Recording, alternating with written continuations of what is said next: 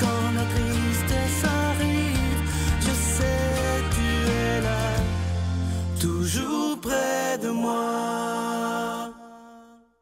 Bon mercredi, bienvenue à votre émission La Victoire de l'amour. J'espère que vous allez bien aujourd'hui, que vous avez bien dormi et que la journée sera belle. Comme on le fait toutes les semaines, on rejoint notre ami, il est médecin, le docteur Gaétan Brouillard.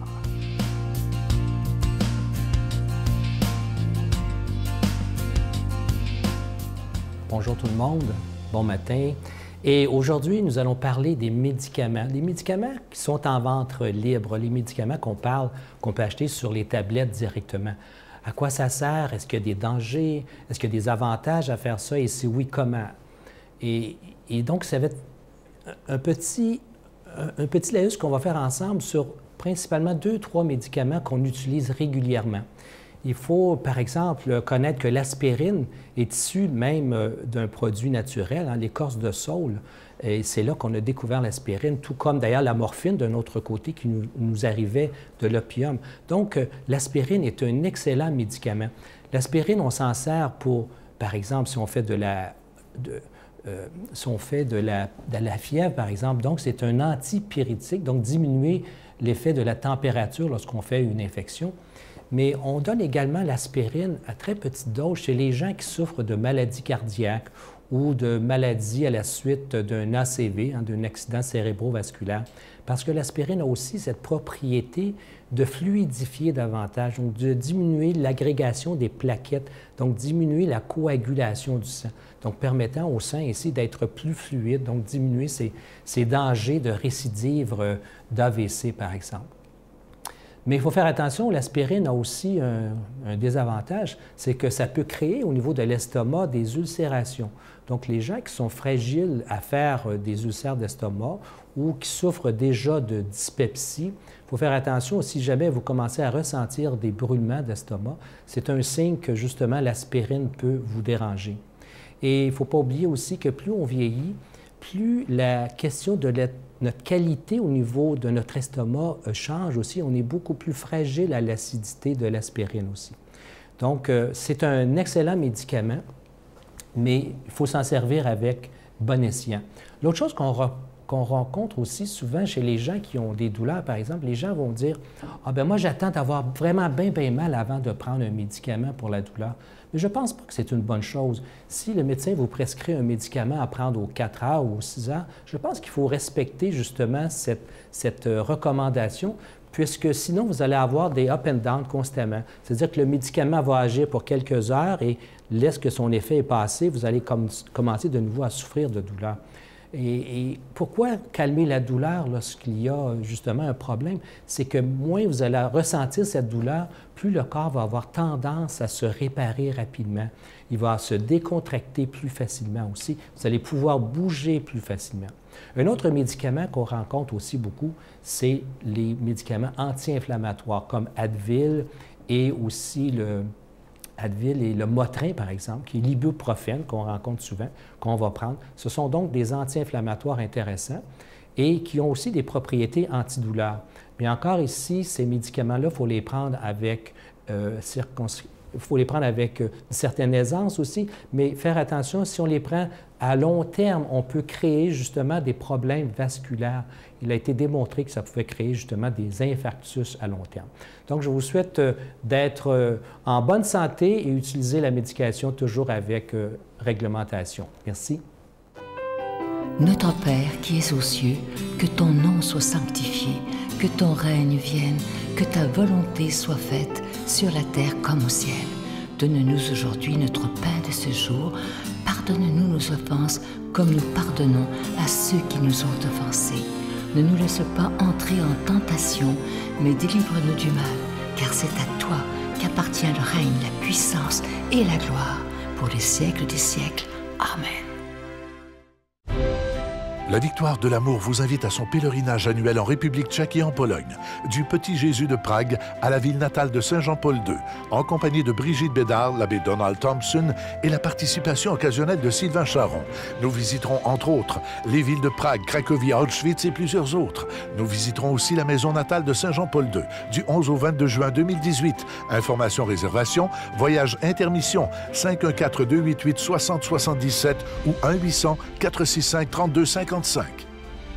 Je prends quelques instants pour solliciter votre aide pour le ministère de la Victoire de l'amour. Comme vous le savez, comme c'est le mois de mars, le mois du carême, il n'y aura pas de cadeau du mois et je vous fais totalement confiance. Vous savez que c'est toujours un risque de ne pas donner de cadeau du mois parce qu'il y a des gens qui disent « Ah, ben moi, je ne donnerai pas ce mois-ci », ce qui serait terrible. Mais je vous fais confiance à chaque année. Beaucoup de gens disent « Ben moi, je veux tellement que cette émission demeure que je vais même en donner davantage parce que c'est le carême. » Alors, c'est un mois où on donne sans rien attendre en retour, simplement de dire au Seigneur « Moi, j'ai le goût d'aider la Victoire de l'amour pour que ton message soit annoncé, un message d'amour et de paix, bien entendu. » Je veux aussi vous proposer, vous savez que pendant le carême, c'est un bon moment pour vivre une retraite et on a la solution, c'est de vivre une retraite à la maison avec ce beau projet qui est Approfondir sa foi. C'est plus de 6 heures de formation et le premier cours ressourcement, c'est Découvrir Jésus, vrai homme et vrai Dieu, avec Pierre-Luc Bordelot et l'abbé Donald Thompson. C'est tellement bien fait. Il y a plus de 1000 personnes qui se sont procurées jusqu'à maintenant et tout le monde est tellement content parce que quand on finit ça, on comprend mieux notre foi. Je vous rappelle que si vous l'achetez en ligne sur Internet, c'est 49,99 plus taxes. Et si vous préférez en DVD, c'est 59,99 plus taxes. Je vous donne l'adresse. La Victoire de l'amour, casier postal 120, succursale Boucherville à Boucherville, le J4B 5E6. Je vous la redonne. La Victoire de l'amour, casier postal 120, succursale Boucherville à Boucherville, le J4B 5E6. Également par téléphone, par carte de crédit du lundi au vendredi de 8h30 à 16h30 dans le 514-523-4433 ou sans frais le 1-888-811-9291 et notre site Internet le www.lavictoiredelamour.org.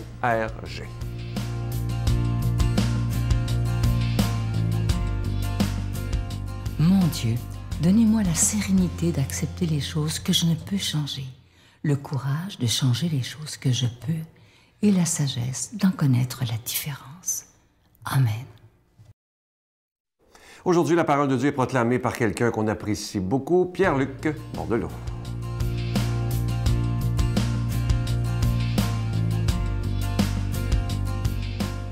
Bon matin de Dieu à vous, très heureux de vous retrouver ce matin pour vous partager la parole de Dieu. Et c'est le cas de le dire ce matin, je vais partager la parole, parce qu'elle est longue à lire, mais elle vaut la peine d'être bien lue. Alors je débute, puis vous allez voir, là, la toute dernière phrase nous donne la clé de ce que le Christ veut nous livrer ce matin. Alors je débute. Évangile selon Saint Jean. Après avoir guéri le paralysé un jour de sabbat, Jésus déclara aux Juifs, « Mon Père, jusqu'à maintenant, est toujours à l'œuvre, et moi aussi, je suis à l'œuvre. » C'est pourquoi de plus en plus les Juifs cherchaient à le faire mourir, car non seulement il violait le repos du sabbat, mais encore il disait que Dieu était son propre Père, et il se faisait ainsi l'égal de Dieu. Jésus reprit donc la parole. Il leur déclara, « Amen, amen, je vous le dis, le Fils ne peut rien faire de lui-même. Il fait seulement ce qu'il voit faire par le Père. Ce que fait celui-ci, le Fils le fait pareillement. Car le Père aime le Fils et lui montre tout ce qu'il fait. Il lui montrera des œuvres encore plus grandes, si bien que vous serez dans l'étonnement. Comme le Père, en effet, relève les morts et leur donne la vie, le Fils lui aussi donne la vie à qui il veut. Car le Père ne juge personne. Il a donné au Fils tout pouvoir pour juger, afin que tous honorent le Fils comme il honore le Père. Celui qui ne rend pas honneur au Fils ne rend pas non plus honneur au Père qui l'a envoyé. Amen, amen, je vous le dis, celui qui écoute ma parole et croit au Père qui m'a envoyé, celui-ci, là, obtient la vie éternelle et il échappe au jugement, car il est déjà passé de la mort à la vie. Amen, amen, je vous le dis, l'heure vient, et c'est maintenant, où les morts vont entendre la voix du Fils de Dieu, et ceux qui l'auront entendu vivront. Comme le Père a la vie en lui-même, ainsi a-t-il donné au Fils d'avoir la vie en lui-même. Et il lui a donné le pouvoir de prononcer le jugement, parce qu'il est le Fils de l'homme. Ne soyez pas surpris.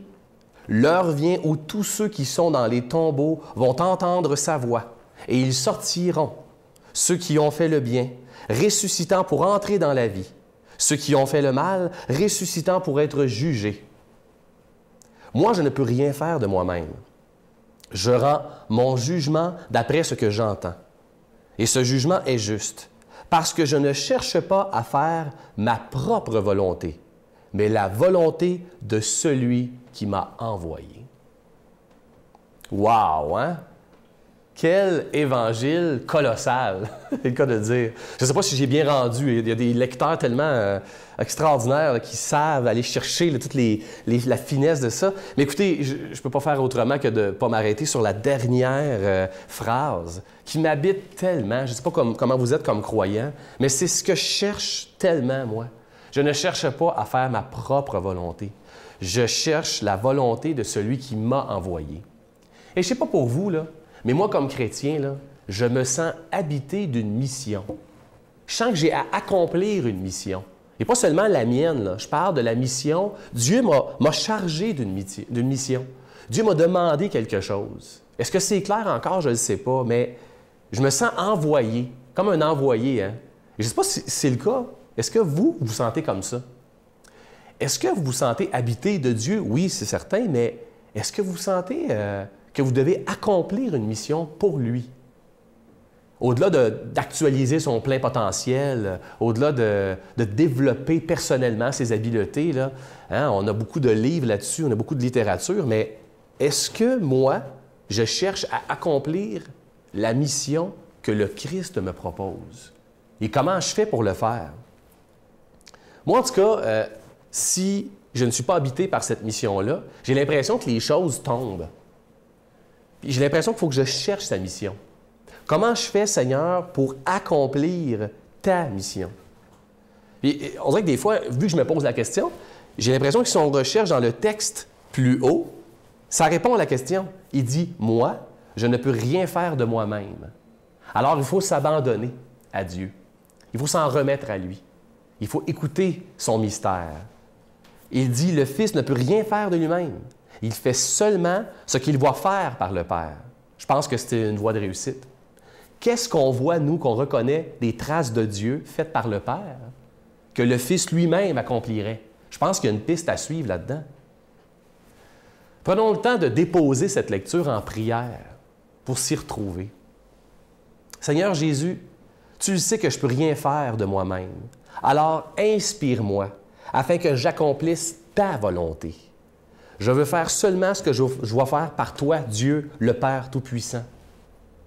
Au nom du Père, du Fils et du Saint-Esprit. Amen. Et bonne journée.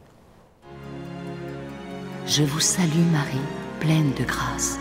Le Seigneur est avec vous. Vous êtes bénie entre toutes les femmes, et Jésus, le fruit de vos entrailles, est béni. Sainte Marie, Mère de Dieu, priez pour nous pauvres pécheurs, maintenant et à l'heure de notre mort. Amen.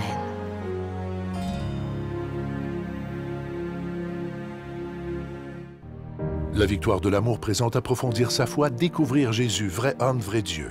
Un parcours biblique d'une durée de plus de 6 heures sur l'homme de Nazareth qui a transformé le monde à tout jamais. Avec l'abbé Donald Thompson et Pierre-Luc Bordelot, partez à la découverte de Jésus le Christ. À partir de 49,99, obtenez-le en ligne sur notre site Internet à lavictoiredelamour.org ou en format DVD. Composez le 514-523-4433 ou 1-888-811-92-91.